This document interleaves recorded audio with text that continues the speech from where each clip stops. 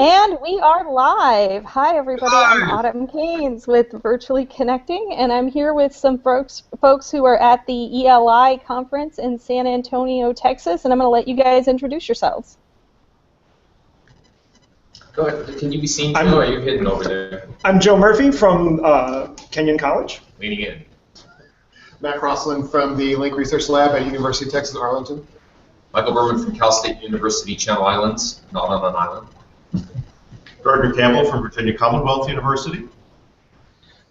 Bryan Alexander from the floor. And kind of off camera for most of the time, Sundi Richard from St. Norbert. Woo! Awesome. Thank you guys so much for joining us today. Andrea, could you introduce yourself? Sure. Hi, everybody. I have a whole bunch of friends there. My name is Andrea Wren from Whittier College, where I run our digital liberal arts program, and I want to hear all about ELI. Wish I were there. Awesome. And Greg? Hi, this is Greg Dillon from the Providence, Rhode Island School of Design. Real honor to be here with you guys. Hey, design schools. Thanks. And Trish? Hi, I'm Trish Harris here in Alabama. Happy to join you guys and discuss what's happening at the conference. I'm with Troy University. Awesome. Well, thank you everybody for being with us today. I'm just going to dive right into you guys on site, and I'm just going to bring up the keynote speaker because you know, Twitter was kind of going a little crazy about everything, you know. So why don't you guys give us a little reflection on that? So this was Dr. Crow, I'm blanked on his first name, the president of ASU. Michael. Michael, thanks.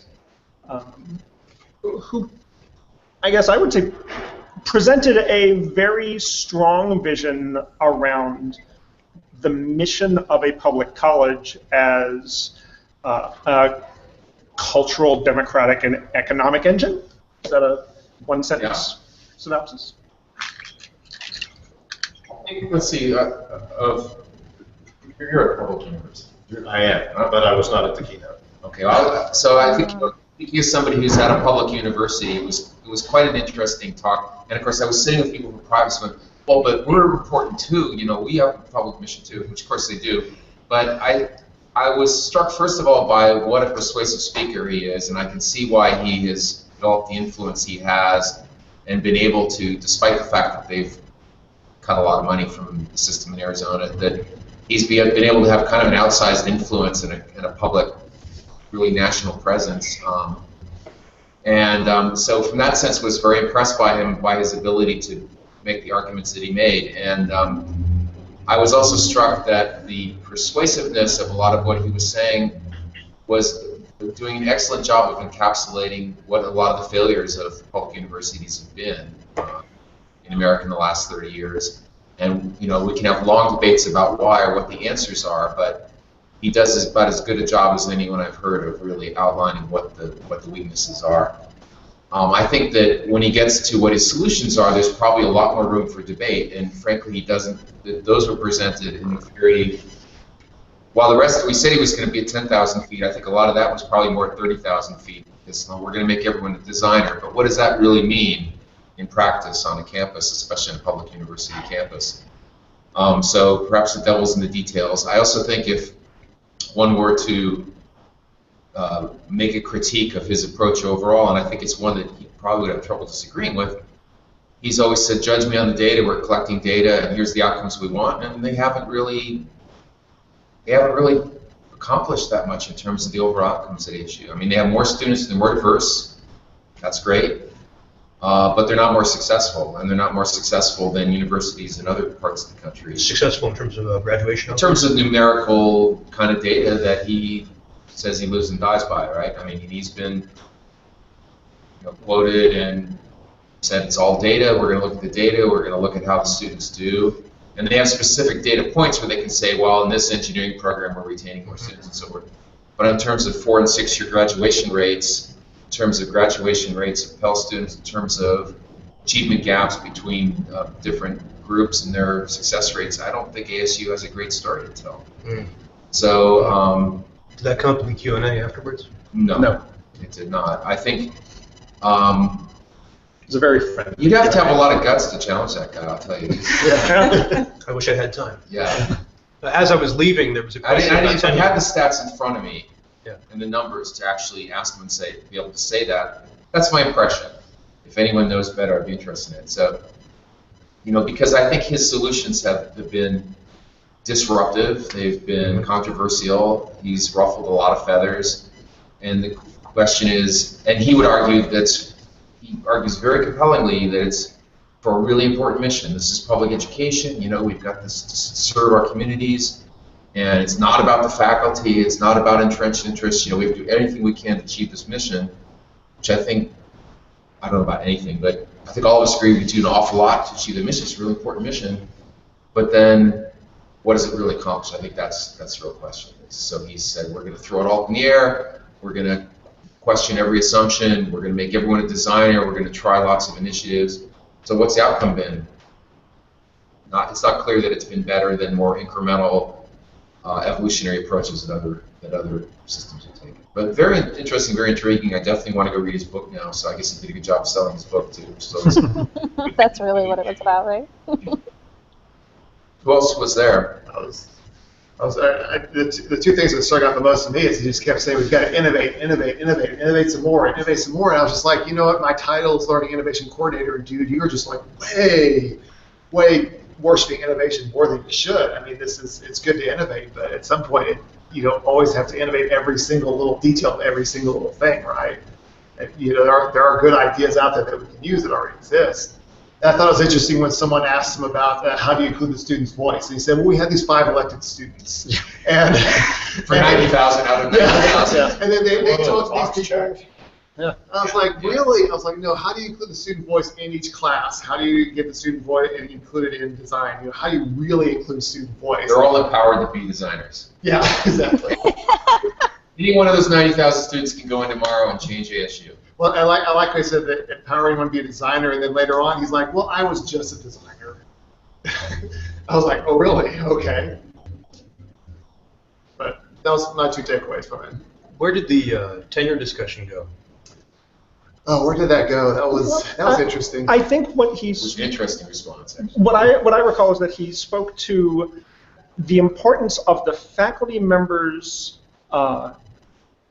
absolute right to work with ideas so it restricted tenure to scholarship, that your scholarship is an area where you are the expert and that should never be challenged by the institution, but that on other yes, and he proceeded to say it's not a license to be a jerk, it's not a license to be a bad teacher, it's not a license to not teach, and that apparently these are all things which they have a system to remove people from. They do post-tenure review, and if you... And it sounded, I mean, we do post-tenure review, but it's a joke, right? well, no, actually, it's not a joke, but it's how serious? you make full professor. If you don't pass it, then you just remain assistant professor. Associate professor. Your punishment is you don't get a raise. But it does sound like they've got a mechanism for removing people who are not adhering to other employment norms. So the Stephen Saleta case, he would not have made it. He would have been immediately booted for being a jerk for something which wasn't related to his research. That's an interesting assumption.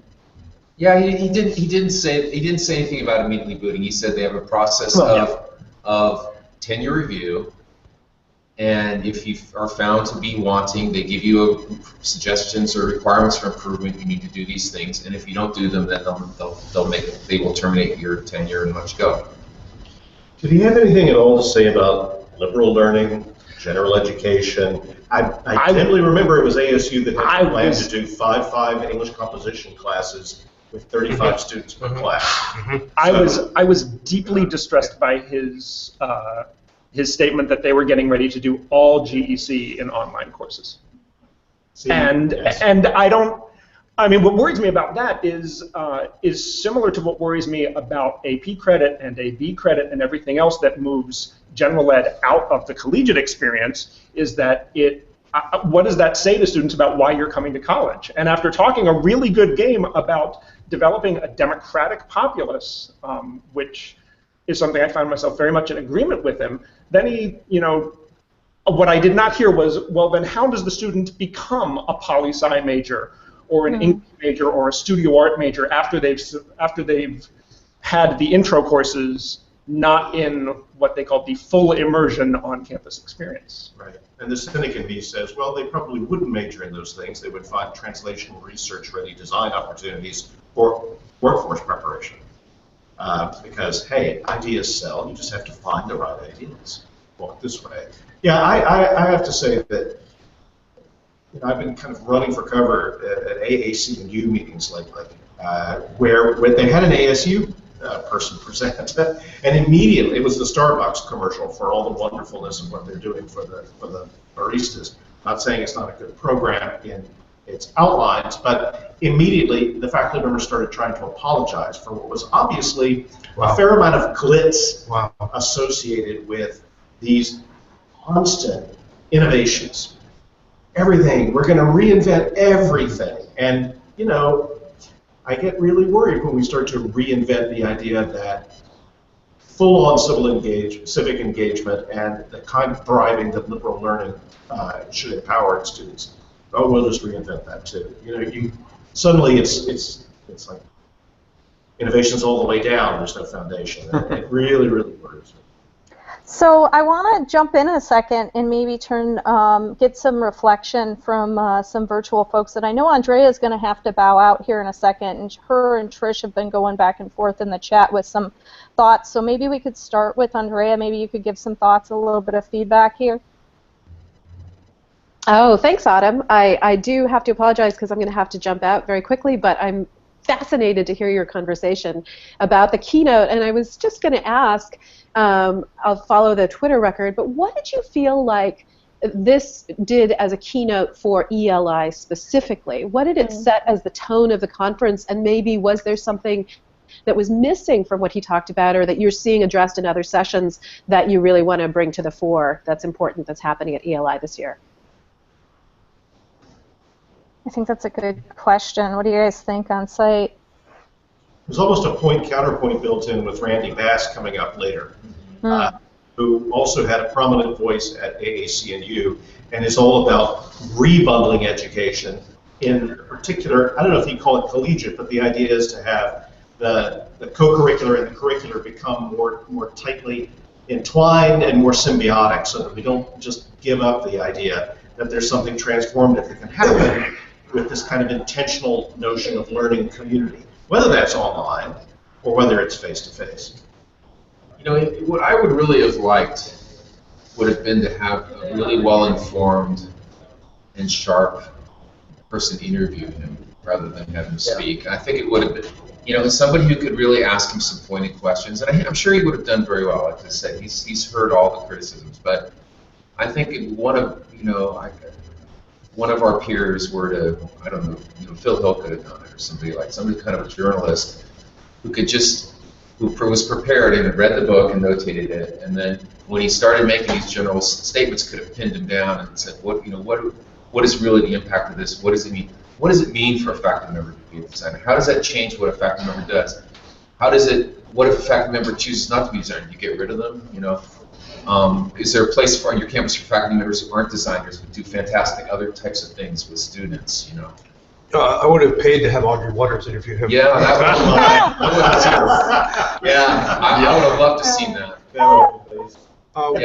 One thing, it's a terrific question you asked. I think one piece of an answer would be he was about lowering cost and increasing access. And that's something which we normally don't think about in education technology at the level of, does this tool improve learning in the classroom? How does this mobile device threaten the professor or not? I think that's an important driver to keep in mind, and that's part where the Starbucks part comes from. I think a second thing that he brought up that we normally don't talk about is the representation of a population, both of students and faculty.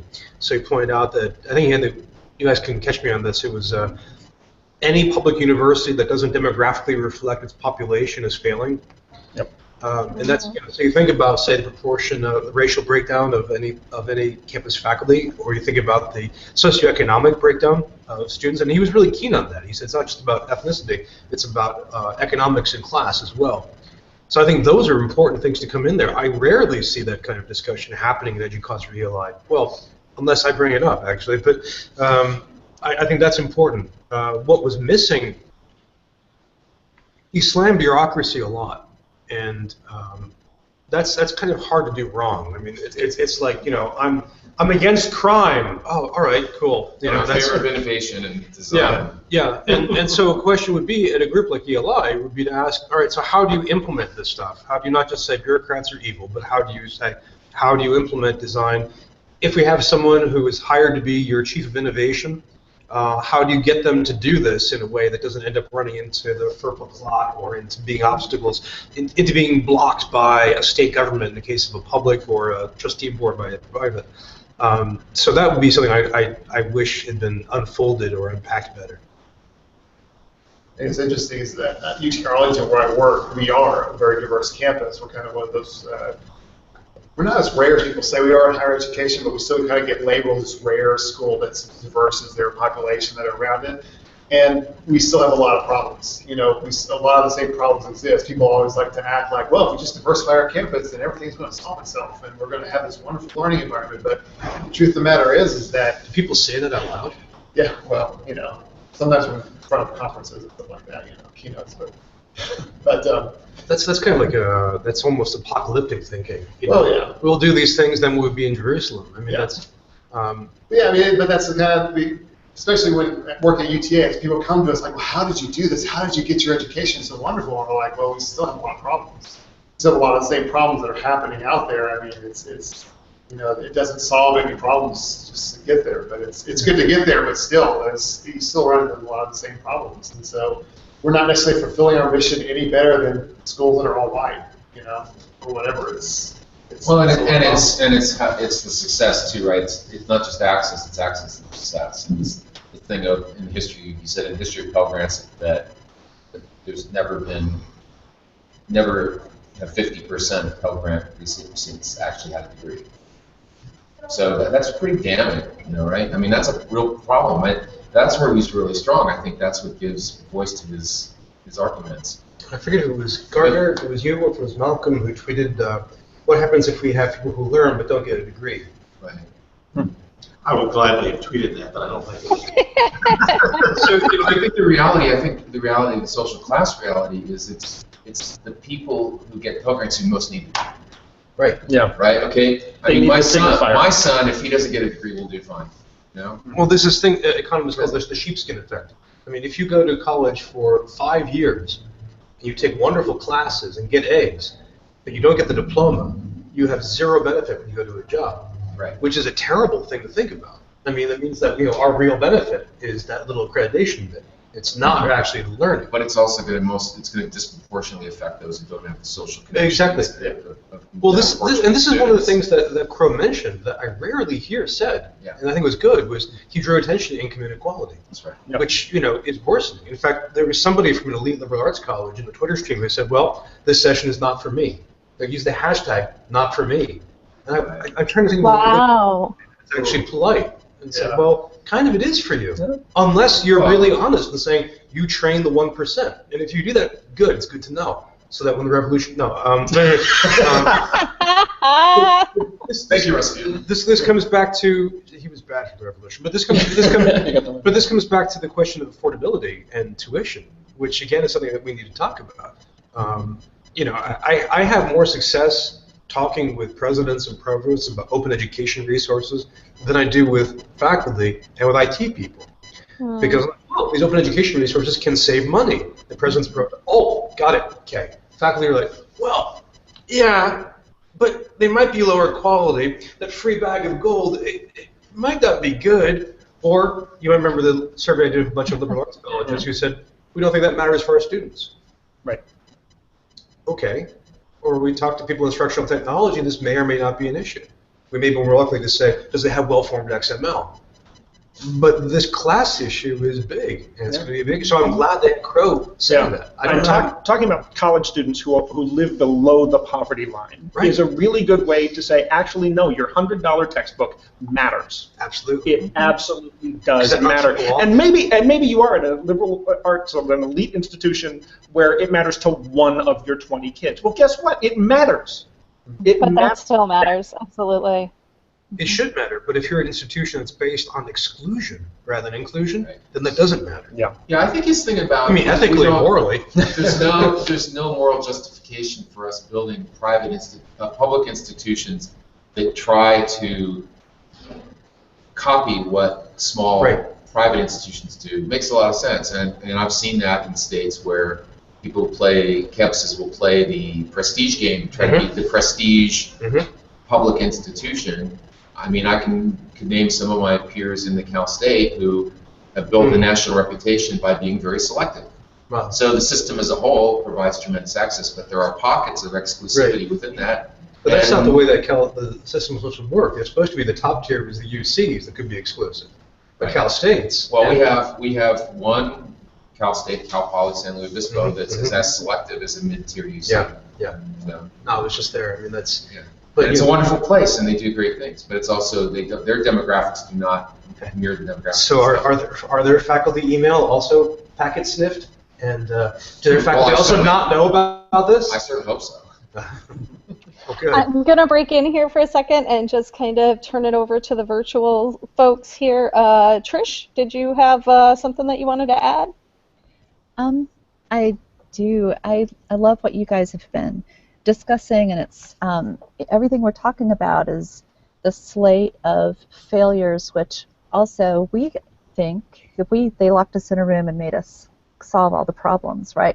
If we see them as opportunities for some kind of correction or some kind of solution, and people like Michael Crow, I've read his book, I've followed his work with GSV, and he has a sort of compelling, fascinating vision for correcting these failures. But as an alum of a software startup serving higher ed, I also see the ways that sometimes we look at the failures of higher ed as potential profit, potential revenue. And I wonder if you'll speak to that friction between, or that line, I don't think there's much of a gap anymore, between those of us who see the failures of higher ed and try to correct versus that kind of slippery point at which some people might try to exploit those failures. Can you say more about that last point about what does it mean to exploit a failure in higher education? I think that some of us are, us humans, right? Humans in serving in this capitalist regime, sometimes we look for failures in a certain sector so that we can sniff out possible revenue. And what kind of correction can I invent? If it's software, if it's a domain or a regime change, if I come in as a change manager, I'm going to come in and retrain all your faculty. I'm going to come and sell a book or a new training program on how to shift your bureaucracy's focus, whatever it is. That can become a revenue stream for me, but I would never have identified that revenue stream had it not been for these failures that I'm actively sniffing out all the time. Does that make sense? Like, we see them, we're sitting at, I just came from a faculty position, we're sitting at academic senate, we're sitting in our division meetings, etc., and we see these failures and they're kind of crushing when you're faculty. At the same time, you try to work together and try to overcome them, make some correction. How can we work within the system that we probably can't change except in small micro ways from within? And so, there we're trying to do what we call the good work. But there are people who, in GSV and Global Silicon Valley and other groups who think they're also doing the good work by helping us correct the failure, but of course they're going to monetize that correction. And I just wonder if you'll speak to that. Thank you for asking me to expand on that. I hope that helps. It does. It's a great point. He's not here, unfortunately. He wasn't able to make it, but George Siemens put out the most amazing tweet along these lines I've seen in my career, which was apparently a slide from a presentation he did at the University of Wisconsin-Madison. I can't do any better than that. I don't know. Did you see that? Yeah, and I think that. Could you describe it? I don't know. No, I don't. Well, I'll find it and retweet it because I would not. Yeah, I'll look for it right now. He does use the word clusterfuck, so I just want Yes, well. And like Bono, I claim that this has nothing to do with obscenity. It's just an impactful kind of a word. So it signals to me that you're exactly right. There's a way in which we are being sold solutions, that's what they call them, right, to failures that are then turned into sort of, I don't know, corporate-sponsored pathologies that we should have been rethinking all along, but never had a chance to get onto, because now it's all being run for us. And I just find that kind of thing horrifying. What's the latest figure? Audrey should be here. What's the venture capital being poured into educational technology right now? It is staggering. Those people with that kind of money are not stupid. They see us coming. Yep. I also think that because higher ed has also failed in its mission to keep itself educated about little things like the internet and the web, we're just sitting ducks. We don't know. We'll leave that to our IT departments. We'll leave that to our CIOs. They'll put a consortium together. It'll get funded by grants, and then there'll be something else. Keep trying. Not your consortium. Well, that does come back to why it was a good thing to have Crow speak. How often have you had a president of a university speak in praise of using technology as a disruptive tool that can overturn hierarchies and reboot an educational institution? No, Paul Huber, right? Is that his name, from Southern New Hampshire? Oh, Southern New Hampshire University, Yeah. which is a very beautiful institution. You know, which has has some similar characteristics, I think. Except one thing, though, is that basically reinvented itself by growing a huge online presence. Whereas ASU has a big online presence, but is also reinventing its face-to-face one. No, but you'll never hear a discussion, I doubt, about the kinds of disruptions in graduate education that we see all around and we could be thinking about in a much more intentional way. It's really easy and attractive to talk about disruption at scale in an essentially mechanized and automated view of undergrad education for everyone, design parameters unspecified. But who will ever come say anything about graduate education? That's like a third rail. That's faculty. We don't talk about that. But that really is where the cultural change is going to happen. And faculty, I think, too, are not thinking comprehensively about the very institutions that they're part of. No, it's not their job. It's not their training. It's not their purview. In many ways, they outsource that.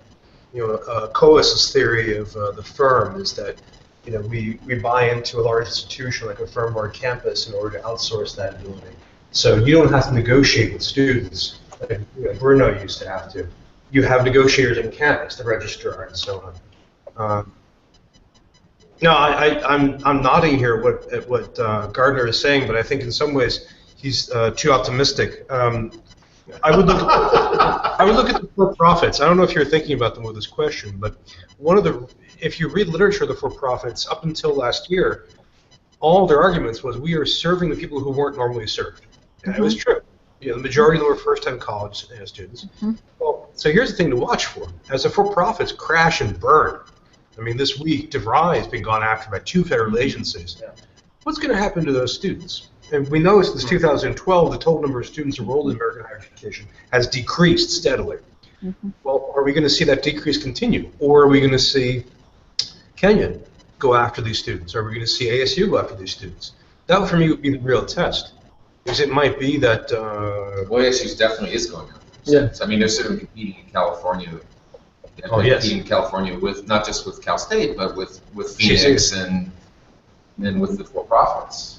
No doubt about it. That's been delivered. So let's see if they get them. And places like that are sort of on the borderline, like Brandman. You know Brandman? Mm-hmm, mm-hmm. Yeah. Okay, which is an offshoot of Chapman. That's essentially run completely separately, essentially like very similarly to a for-profit online college. Yeah.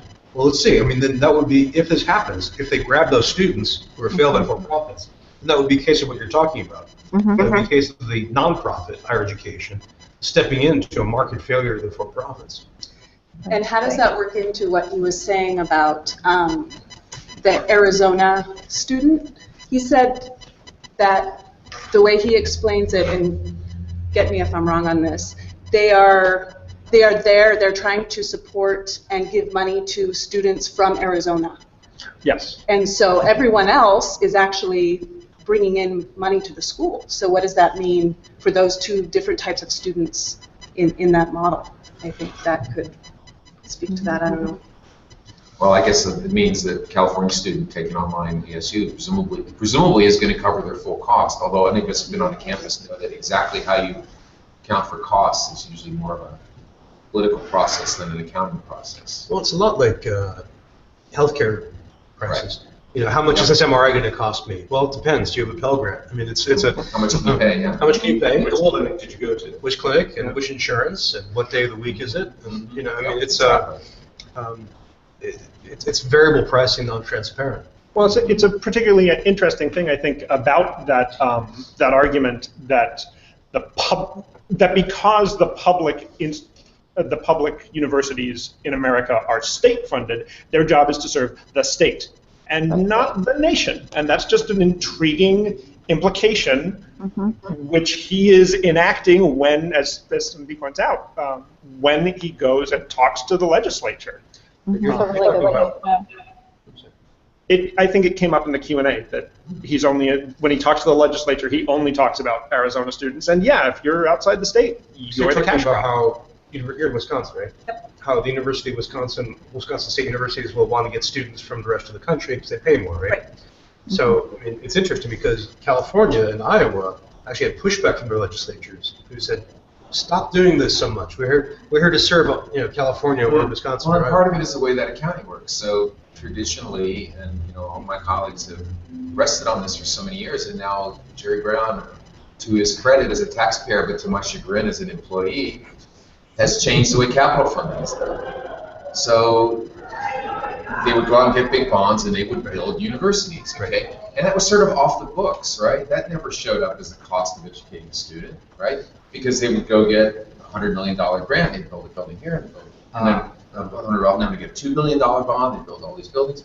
And that never showed up in the cost of educating a student. That was because the state paid for that. The state borrowed the money, the state built the building, the state paid it back. It was paid back by the bondholders. It didn't show up anywhere. But maybe shows up in student fees. Well, sure, but so you have students coming from all over the world to Berkeley in those buildings that were built by the state of California. So while the operational costs may be paid by the individual students, it's not clear where the capital costs come from. That's always under the rug and hidden behind the curtain. Well, we'll see how much. Now they're saying, and Brown, to his credit, he said, "No, this is bullshit. We're going to give you money. You need to build buildings, you build buildings. You need to buy computers, you buy computers. You need to hire faculty, you hire faculty. Right. You figure it out. You want to build a building, you can pay it back." Which actually makes a lot of sense, but it's a very difficult transition to go through. It does. And especially when you're in a new young campus that doesn't have enough buildings. So. Yes, but you do have some lovely buildings. We do. Nice library. Yes, we do. Which we owe a lot of money for. Well, but it's you who owes the money. That's right. But this turns... Such a good conversation. I'm going to break in just for a second, though, and I actually want Alex to take a second and introduce himself because he came in late, and then see if Alex or Greg have anything that they want to add to the conversation because we are coming up on the 45-minute mark, and I don't want to eat up too much time here. So real quick, Alex, why don't you introduce yourself? Hey, this is Alex Chaucer from Saratoga Springs, New York. So first of all, thank you for holding this V-Connecting session, and I really appreciate everybody coming together to give those who weren't able to make it to ELI this year a little insight into what was happening today. And I appreciate being part of that, at least from my desk here at work. I apologize for coming in late. I had to run out. I'm actually holding a board game night here at Skidmore College. I had to go home, get some board games, and come back. So what games? What did you get? What games? Yeah, which games? So I brought more traditional games. The chess and Battleship. And then I actually have somebody who has over 100 board games who's coming in, and he's got just about every game you could imagine. So Ticket to Ride is one that's been popular. What are some other ones? Catan. What's that? Catan. Yeah, so we've got Catan. So what I'm hoping is that some students come out to play. It's early enough in the semester; their workload shouldn't be too high. So I'm really hoping for a turnout tonight. My question, and again, I wasn't at ELI and wasn't even sort of paying attention to the Twitter stream today. My question is more about sort of the state of educational technology and instructional technology. As somebody who works in an academic technology department at a small liberal arts college, I'm seeing a shift in that sort of professors are taking on the technologies and learning them themselves. And so I'm wondering if there's a shift from the support person that helps sort of guide faculty to these technologies and helps get them up and running with them, to sort of what is the next version of the instructional technologist if professors are coming with their own technologies, being able to set everything up on their own, setting up their own, servers, if it's, using things like cloud hosting. Where does the role of the instructional technologist lie in that environment? Great question. Want to know the answer? I would say with theory and design, that's what I used to be an instructional designer, and I see the same faculty coming back to me over and over again. Well, I tried this tool, and it worked for a little bit, then it just kind of got boring. And I tried this one, and it worked for a little bit, then the students got bored. And they get on this merry-go-round, coming back to this, wanting new tools and new tools and new tools, and I keep trying to tell them, look, if you would just try maybe some student-centered reading, if you just try some connectors, if you just try some pedagogy, just try some better theory. You're always trying to be the instructor that's the center of everything, right? And it's just constantly falling apart because you're the instructor that's the center of everything. So why don't you try some new theory? That's what I always advocate for. I hate to throw around words like theory and stuff like that because I just don't know a better term to put on it. But why don't we just start talking about educational theorists that just get out there and just talk about better ways to do it, no matter what tool you have. And the few instructors that have listened to me, they'll come back and say, you know what? The discussion boards were awesome. I used to hate it, but I actually listened on how to actually think about getting students involved and getting students in there, and it worked. I was like, really?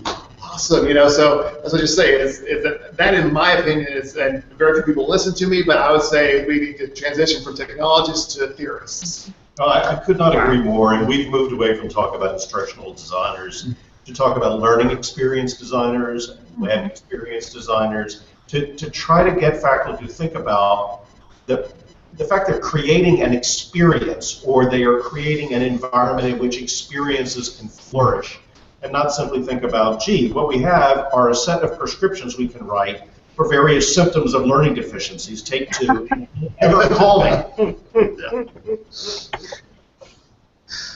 I mean, just say, take tools and call me in the morning. No, I think that's a great one. Maybe the rim shot.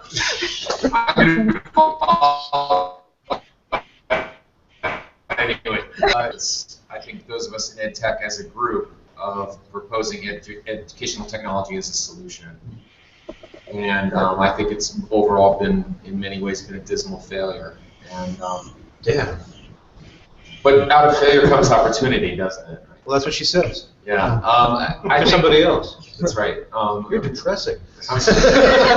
And Bryan Alexander thinks that. I want to let you take it down a notch. Maybe versatile at this point. So see, now you've like I had a point behind this. I was getting kind of on an uplift.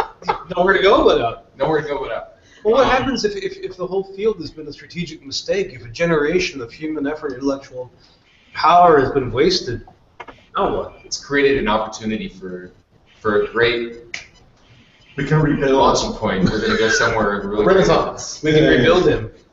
He'll be better, stronger, faster. Maybe it just turns into a superhero at the end of the day. The way you've sold it is going to kill it. And I think those of us in ed tech have been a big part of that. I never did it. I never did. As a group. Well, this is what happens. Not I never did it. It was all Matt. It's fault. That's right. It's all his fault. He's not. Did you have an idea, Sundi? Because I guess there's one thing I was wondering if you had an answer. No, I mean, I think that's a good way to go.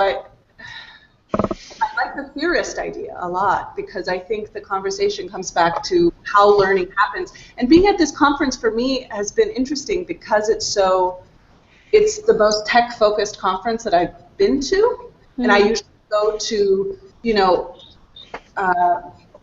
talking about hybrid pedagogy or these kind of things where it's already built into the conversation, whereas here some of the sessions are really tech-heavy, like the new digital learning experience. Digital learning Next generation. Yeah, referred to as an acronym, bizarrely, because you can't pronounce it. And it changes the conversation, right? That you can have around that. Oh, God. So I guess the thing, Spirit, show me some kindness. I guess that's my role. Like, somebody got it, yay! So we started with a keynote that said it's bigger than us. It's about democracy. And then I went to a session on accessibility that said it's bigger than us. It's about communication. It's about accessibility for all. How was the session? It was pretty good. It was very specific to those two environments and the choices they made, but I think they did a pretty good job of saying, here's how we led to these conversations. If you follow a similar process, you will come up with the right decisions for where to start with accessibility issues on your campus. And then I went to a very interesting thing about makerspaces, which in some ways made the argument that ed tech is about student life. So I think one of the interesting questions for those of us in the job to deal with is this question of, are we pedagogy focused? And I should out myself here that I've been telling a lot of people who wanted my attention over the last 4 years, no, I work for the Center for Innovative Pedagogy. If it's not in the classroom, I'm not interested. But I just went to 3 sessions at a really good conference that said, actually, this is about getting out of even the academic silo and participating with the broader set of things happening on your campus. And I think that's an interesting challenge. That would be a learning space maker. I like that. And that reminds me of what I did want to say. And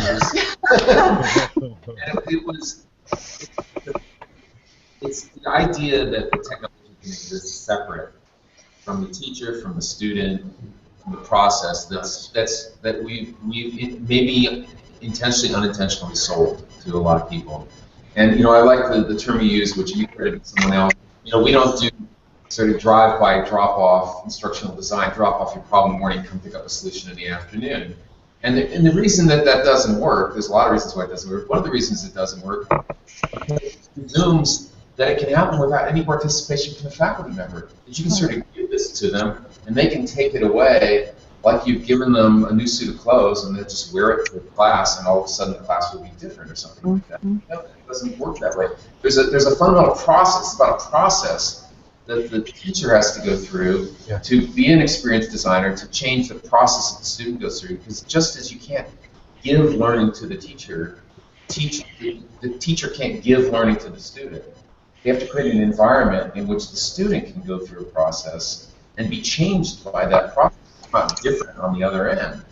And so the fallacy that somehow you drop off your problems, we solve them and hand them to you, and then you take them away, it just doesn't work. Yeah. Okay, I can't take you down from that then. Because that's a really good answer. I mean, I like the clothing metaphor. I guess, let me ask a question in response to your question, Alex. What happens when the faculty have changed?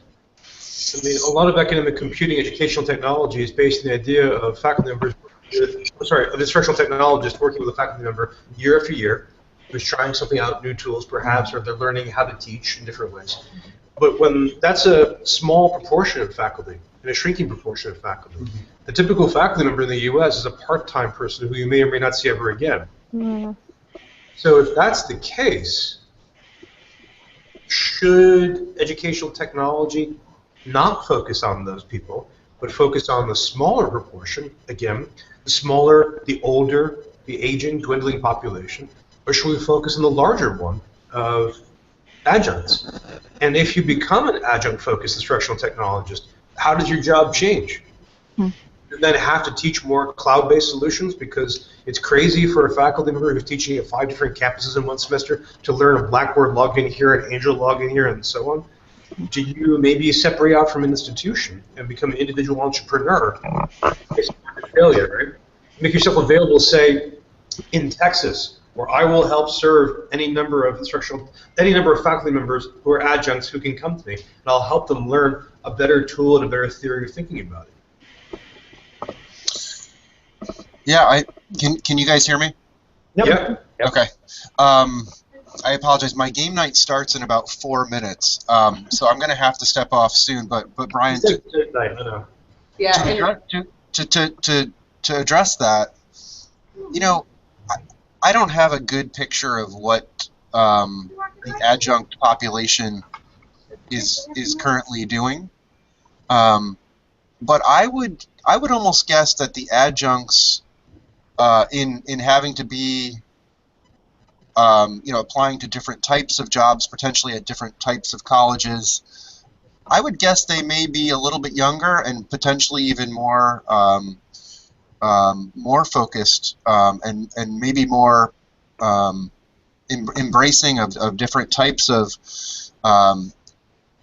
pedagogies that may use or utilize a little bit of technology. So I'm gonna go out and say that probably adjuncts may need a little less support from the campuses that they're working on, because in some of those cases they may come in to teach a night class and then leave, and your ed tech staff are there 9 to 5 and they're not even there when that adjunct is coming on campus. So two-thirds of the instruction is contingent faculty, and probably 2/3 of our services in our faculty center are contingent faculty. They are there working with us, and we don't make a distinction about how many credits they're teaching. They come in and they want to work with us, we work with them. Because the fact is, if they're teaching other places, they're either community colleges that feed into our campus, or they're other Cal States, so we're serving our own students regardless. That's for the specific situation in California. Right. Where you maybe obviously at a private or some other types of institutions, it might be a different situation. In an urban environment. Alex, the one caveat I'd have is that adjuncts are also very highly disincentivized to rock the boat.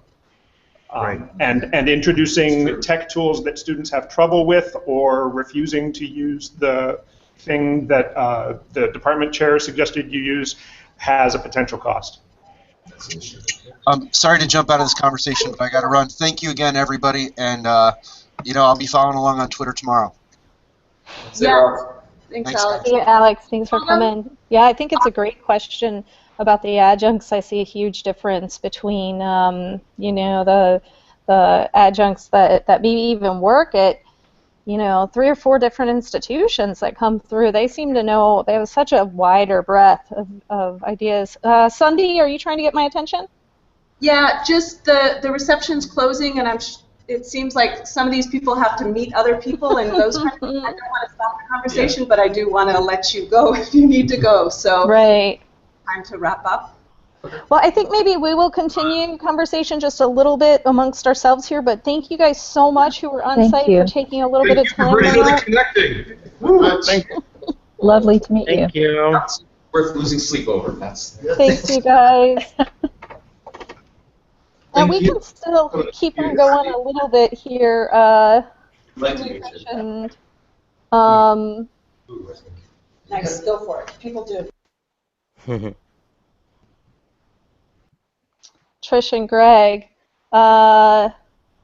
So Greg, you didn't get a chance to jump in that much, and I just wanted to give you a chance. Yeah, but the conversation was really interesting. I especially really enjoyed that last question and conversation. I was kind of bummed that I wasn't able to ask, because I'm from a design school, art and design school, and I was really interested to hear that the keynote speaker was focusing so much on students and faculty members as designers.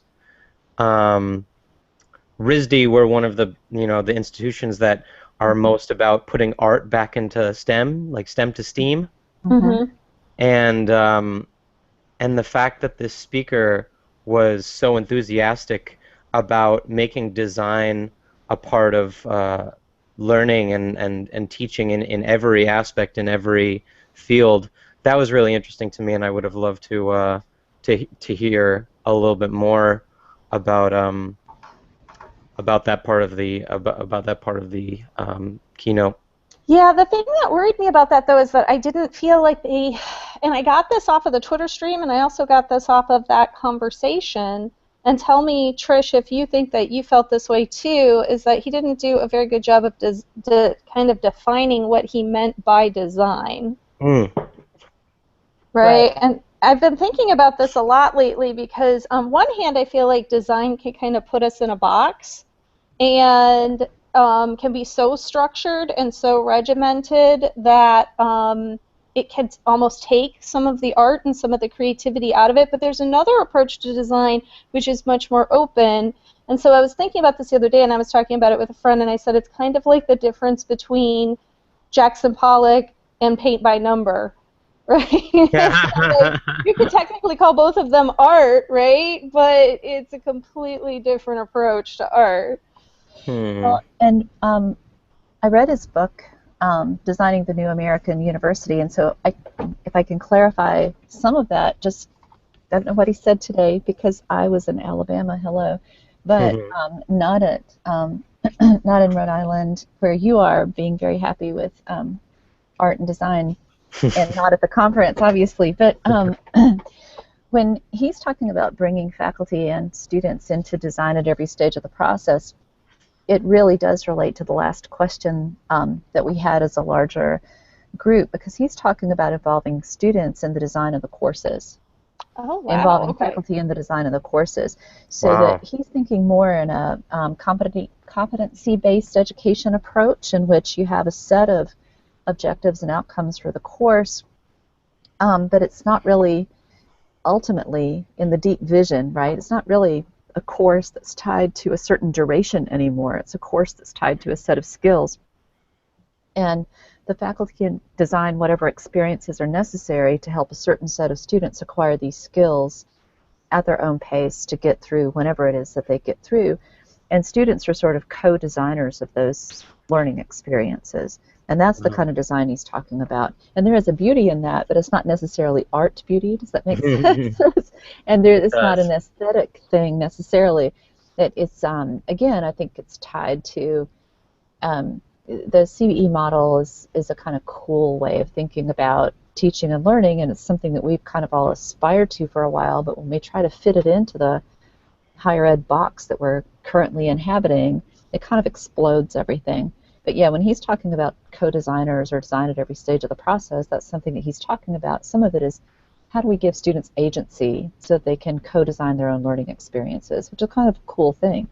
Right. So I don't know what he said today, but in all of his other things, because I kind of stalk him a little bit, because after I read his book, I thought, well, but how does that actually play out, and what is he actually doing at Arizona State, and how is this vision being enacted? You know, because sometimes people have a book and it's a set of words, and it's not a vision that anybody really can enact. It's just meant to be disruptive, if that makes sense. And so when I've heard him explain it or try to explain it to entrepreneurs, or it becomes kind of compelling, but I don't know how practicable some of it might be, like this at this moment. I think it's a vision that if it got traction, I think it would be kind of a cool thing. Don't you too, Autumn, like to think, oh, we could all co-design? Yeah, experience all the time. It's very compelling. Absolutely, it is really compelling. But yeah, it does make me like I'm kind of skeptical, right? Like I'm like, oh yeah, that's gonna, you know, I don't know. I'm like you. I'm very. I kind of wonder. Well, how does that actually play out? What does that actually look like? Now I've got a 100-pound bag of skepticism right here on the floor. It's really hard to drag it around. But no, I love your question. You should read that book, and I'll send you that link. I'm sorry, now I'm selling. Isn't this horrible? We're like, oh, we're skeptical of his ideas. Let's all go buy his book. Here it is in Google Books. I would send you my copy. Interesting. Greg, have you encountered his work at all? No, I haven't. Well, there you go. All yours. Great, thank you so much. No problem. So I'm sorry that we didn't get you to get in a question with the on-site folks, Greg, but I hope that, you know, Trish and I were able to do a little bit of back and forth with you here. But I tell you guys what, I'm going to stop the live broadcast just so that the recording doesn't get too long. If we want to continue offline, we can. But I'm going to sign off from the, I'm just going to stop the broadcast so that we're not recording anymore, okay? Thank you, Autumn. That's fine. Yeah, thank you so much. All right. Hold on just a second here. And thank you, everybody, for watching, who's out there watching on the internet or watching the recording afterwards.